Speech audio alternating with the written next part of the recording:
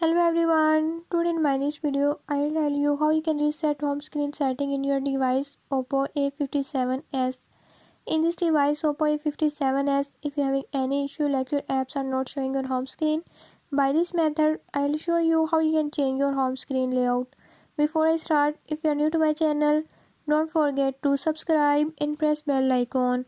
Watch complete video and learn how you can do it.